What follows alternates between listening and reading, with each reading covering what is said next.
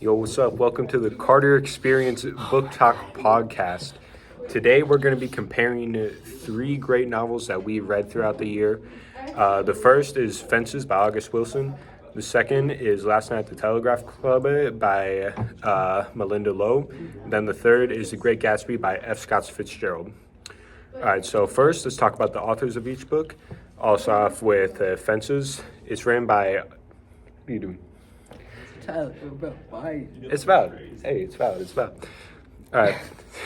Fences is written by August Wilson. He's an African American playwright, and he has been referred to as the theater's poet of Black America. He has written about African American life during the 20th century. He died in 2005 at the age of 50, and he's written, I think it was about 10 plays across his life. All right, and then Scott Fitzgerald.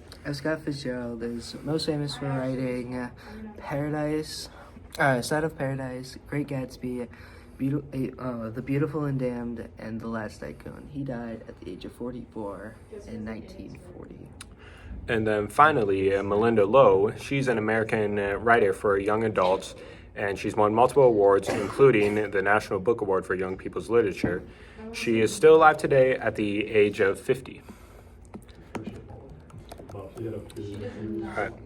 So first we're going to be talking about the settings of each of the books. The first book is Fences, and that takes place in Pittsburgh, Pennsylvania. And then Gatsby.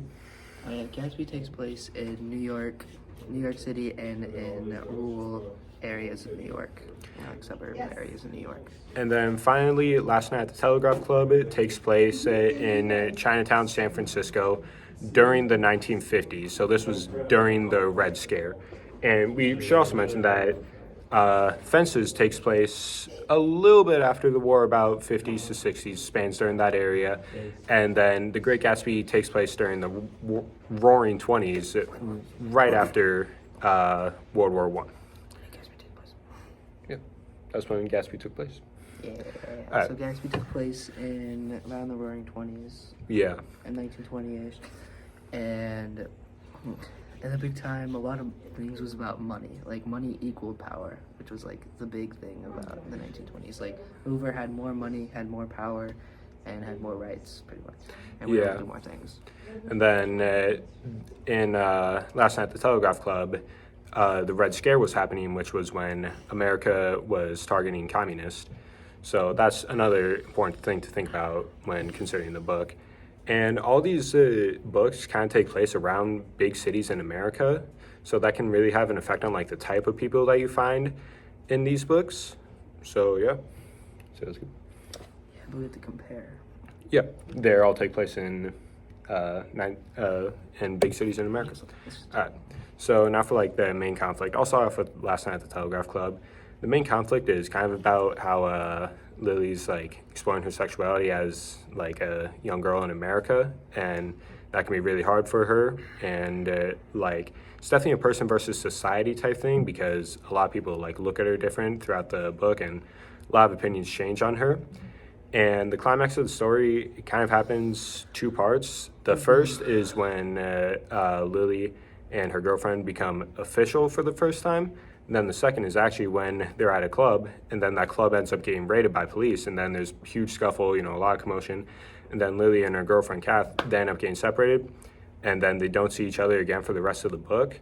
And then Lily, in like a panic, and she's all worried trying to find Kath, she ends up telling her parents as well as Kath's family, and both of them kind of just reject her. She ends up getting kicked out of her house. She has to go live with her aunt. But it's resolved in a weird way, because it just skips to the epilogue where it says that they're both living happily, like one's got a job and the other one's in college. But they don't really explain how they got there. So, yeah. Gatsby? What? Gatsby? Conflict? With Gatsby, one of the major conflicts is money and social classes. There are the really rich, there's kind of like the middle class, and then there's poor. And both Tom and Gatsby, who are two of the biggest characters, are both from the very rich category, so it's kind of shown up. Also, it's also a big conflict in it is affairs. Tom has an affair on Daisy, and at the same time that's happening, Daisy's having an affair with Gatsby. Yeah. All right, and then for Fences, the main conflict is Troy trying to protect the people that he loves, because like he wants his son to have a good future. He wants his wife Rose to be happy, and then he also has another girlfriend, and then she actually ends up having a kid, and he wants to protect that kid as well. So all these things, like, they do kind of relate to each other. Like, for example, in Gatsby and Fences, like there's like it happens a little bit of technical issues. So back to what we were saying. Carter, you don't need to. No, we need an intro. It's a podcast. What kind of podcast doesn't have an intro? All right, so a similarity between Gatsby and Fences is that in the book, there's both a guy who has a mistress, and he really wants to take care and keep both of those women because he loves them a lot, and he really wants to keep them safe. So, yeah, would you say that's all good then? Yeah. All right. All right, on to the characterization. You go first with Gatsby. All right, the main antagonist of Gatsby is Tom. He is the character who's like against Gatsby. He's the one he has the affair with Daisy. He has Myrtle, who is his mistress in the city, and yeah, it's like Tom is considered like the one who took Daisy from Gatsby. Hey, you too. The main protagonist is probably Gatsby, who he's the guy you're supposed to be rooting for. He's like the one who has the American dream. He rose up from being a poor guy from New York, and he got his way up to having money and having power. And that shows like what the American dream is, which when you come to America, you can pretty much do anything, or you can be anything you want to be. So then for Last Night at the Telegraph Club, the main protagonist is Lily Hu.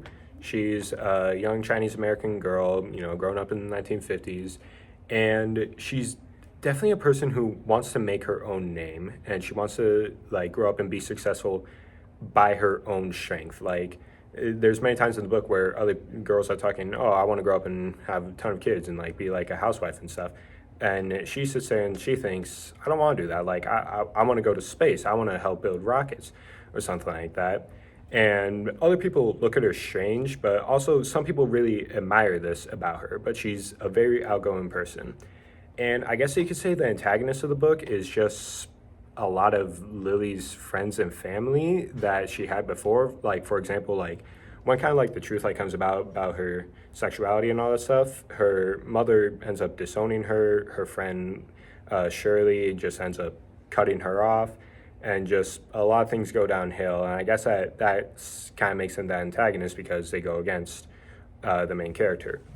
And then for Fences, you could definitely go two ways, but I feel like the main antagonist, the person that is actually like the most rootable for, is Corey, Troy's son, because he's like he's trying to build himself up. Like, he works hard in football, he works hard to keep his job, he works hard to keep his grades up in school. But Troy, I guess you could say, is the antagonist in this because Troy wants to kind of control Corey. For good intentions, he wants Corey to grow up well, but his way is different from Corey, and he kind of ends up shutting down a lot of things that he worked very hard for. And it's actually really interesting to see like the two similarities between Lily and Corey, because they're both like young kids growing up in like 1950s America and stuff, and they both want to become like their own person through their own means, through their own strength. But when other people see that, they think, what are you doing? Like, no, you should be doing it this way. This is the way that's correct. This is the way that works. So it's pretty interesting to see the similarities between the two. Especially in Fences, how it's like Troy is like, you gotta keep this job, get this job, keep it. Football's a secondary, even though he's like, I want to play, I want to be playing football. Even though he had like a scholarship, I'm pretty sure. Yeah, he had a scholarship, he could have played. And I mean, the main antagonist is probably Troy. Like, honest. But you could also say it's like society as a whole, like how in the 1950s it was a very racist time, and like segregation and everything, and like you couldn't really do anything being black in America. Like, it was definitely a lot harder. Yeah, like, especially like sports and stuff. So you could also say it was like society. Yeah. And then the main themes for each of the book. Starting off, the main theme for Fences is that love ends up prevailing overall. Like throughout the entire book, Troy is always trying to protect his family out of love. Like he tries to keep his son on the right track or the right track according to him. He tries to protect his wife, his girlfriend, and then his new kid. And he wants to really try to take care of everyone. So the main theme is that love ends up prevailing overall. And it's kind of not really entirely similar, but kind of similar in a way to Last Night at the Telegraph Club. The theme for Last Night at the Telegraph Club is how hard it can be growing up as a young teen just trying to figure out their sexuality. But in the book, love kind of does prevail, like as we see in the epilogue, how Lily and Kath, they are able to find each other again. We don't know how, but they are able to find each other again.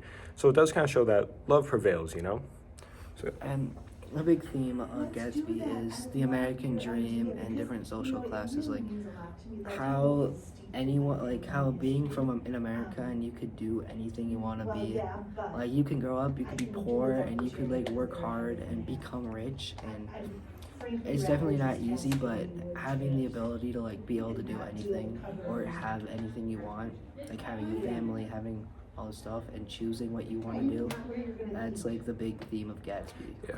And I feel like that does also connect to Last Night at the Telegraph Club. Once again, with Lily, like wanting to grow up and be her own person, that's kind of part of the American dream. So even though it takes place 30 years later, it's still kind of there. And the American dream is still relevant even in that book. Like she wants to be her own person. She doesn't want to have all this stuff that's about.